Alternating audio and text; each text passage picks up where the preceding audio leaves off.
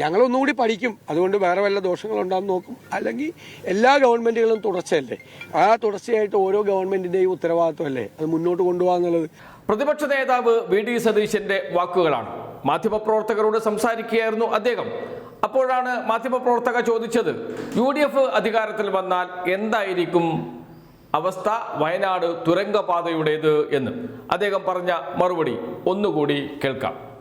ഞങ്ങളൊന്നുകൂടി പഠിക്കും. അതുകൊണ്ട് വേറെ വല്ല ദോഷങ്ങളുണ്ടാകുന്ന നോക്കും. അല്ലെങ്കിൽ എല്ലാ ഗവൺമെൻറ്റുകളും തുടർച്ചയല്ലേ, ആ തുടർച്ചയായിട്ട് ഓരോ ഗവൺമെൻറ്റിൻ്റെയും ഉത്തരവാദിത്വമല്ലേ അത് മുന്നോട്ട് കൊണ്ടുപോകാന്നുള്ളത്. അദ്ദേഹം അതിനുശേഷം ഒരു വിശദീകരണം കൂടി നൽകുന്നുണ്ട്. അതും കൂടി പറയാതെ പോകരുത്, അതും കൂടി കേൾക്കണം. കാരണം എന്തുകൊണ്ടാണ് വയനാട് തുരങ്കപാതയെ അന്ന് എതിർത്തത്? നേരത്തെ വയനാട് തുരങ്കപാതയെ ഞങ്ങൾ എതിർക്കും, നിർമ്മാണം നടത്താൻ അനുവദിക്കില്ല എന്നൊക്കെ പറഞ്ഞിരുന്നു പ്രതിപക്ഷ നേതാവ് വി.ഡി. സതീശൻ.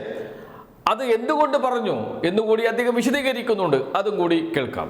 അല്ല, ഈ ചോദ്യം പറയുക അല്ലല്ല, അതിപ്പോൾ ഒരു നിർമ്മാണ ഗവൺമെൻറ്റുകൾ തുടർച്ചയല്ലേ, ഞങ്ങളൊന്നുകൂടി പഠിക്കും. അതുകൊണ്ട് വേറെ വല്ല ദോഷങ്ങളുണ്ടാകുന്ന നോക്കും. അല്ലെങ്കിൽ എല്ലാ ഗവൺമെൻറ്റുകളും തുടർച്ചയല്ലേ, ആ തുടർച്ചയായിട്ട് ഓരോ ഗവൺമെൻറ്റിൻ്റെയും ഉത്തരവാദിത്വമല്ലേ അത് മുന്നോട്ട് കൊണ്ടുപോകാന്നുള്ളത്.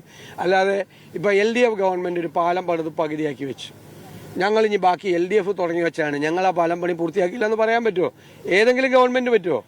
ഇതിനുശേഷമാണ് അദ്ദേഹം പറയുന്നത്, മാധ്യമപ്രവർത്തകയുടെ ചോദ്യത്തിന് മറുപടിയായി, പരിശോധിക്കും, ഞങ്ങൾ അധികാരത്തിൽ വന്നാൽ അതേക്കുറിച്ച് പഠിക്കും, പഠിച്ചിട്ട് തീരുമാനമെടുക്കും എന്ന് വെച്ചാൽ ആശങ്കയുണ്ട് വയനാട് തുരങ്കപാത UDF വന്നാൽ മുന്നോട്ട് പോകുമോ എന്ന കാര്യത്തിൽ. ഇനിയിപ്പോൾ അത്രയൊന്നും ദിവസമില്ല, തെരഞ്ഞെടുപ്പ് ഏതാനും ദിവസങ്ങൾക്കകം പ്രഖ്യാപിക്കും. മെയ് മാസം അവസാനത്തോടുകൂടി പുതിയ സർക്കാർ അധികാരത്തിൽ വരണം. 1 മാസം മാത്രമേ ഉള്ളൂ. അതിനുശേഷം വയനാട് തുരങ്കപാതയെക്കുറിച്ച് ഒരു പഠനം നടത്തും എന്നാണ് പറഞ്ഞിരിക്കുന്നത്. വിശദമായി പരിശോധിക്കുമെന്നാണ് പറഞ്ഞിരിക്കുന്നത്. അങ്ങനെ പഠനം നടത്തി ശേഷം മാത്രമേ നിർമ്മാണം മുന്നോട്ട് കൊണ്ടുപോകണമോ വേണ്ടയോ എന്ന് തീരുമാനിക്കുകയുള്ളൂ എന്നാണ് പ്രതിപക്ഷ നേതാവ് പറഞ്ഞതിന്റെ സാരം. എന്ന് വെച്ചാൽ UDF അധികാരത്തിൽ വന്നാൽ അനിശ്ചിതത്വത്തിലാകും തുരങ്കപാതയുടെ നിർമ്മാണം എന്ന കാര്യത്തിൽ സംശയമേ ഇല്ല. UDF അധികാരത്തിൽ വന്നാൽ ആദ്യം ഇതേ സംബന്ധിച്ച് പഠിക്കാൻ ഒരു സമിതിയെ നിശ്ചയിക്കണം. ആ സമിതി പഠന റിപ്പോർട്ട് സർക്കാർ സമർപ്പിക്കണം, സർക്കാർ അത് പരിശോധിക്കണം, അതിനുശേഷം മാത്രമേ തീരുമാനമെടുക്കുകയുള്ളൂ എന്നാണ്.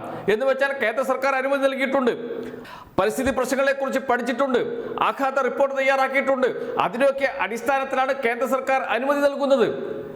പൂർണ്ണമായ അനുമതി നൽകിക്കഴിഞ്ഞു, അതിനുശേഷവും പഠനം നടത്തും എന്ന് പറഞ്ഞാൽ എന്തായിരിക്കും തുരങ്കപാതയുടെ അവസ്ഥ? UDF അധികാരത്തിൽ വന്നാൽ തുരങ്കപാതയുടെ നിർമ്മാണം അനിശ്ചിതത്വത്തിലാകുമെന്ന കാര്യത്തിൽ സംശയമില്ല. അതുതന്നെയാണ് പ്രതിപക്ഷ നേതാവിൻ്റെ വാക്കുകളിൽ നിന്ന് വ്യക്തമാക്കുന്നത്.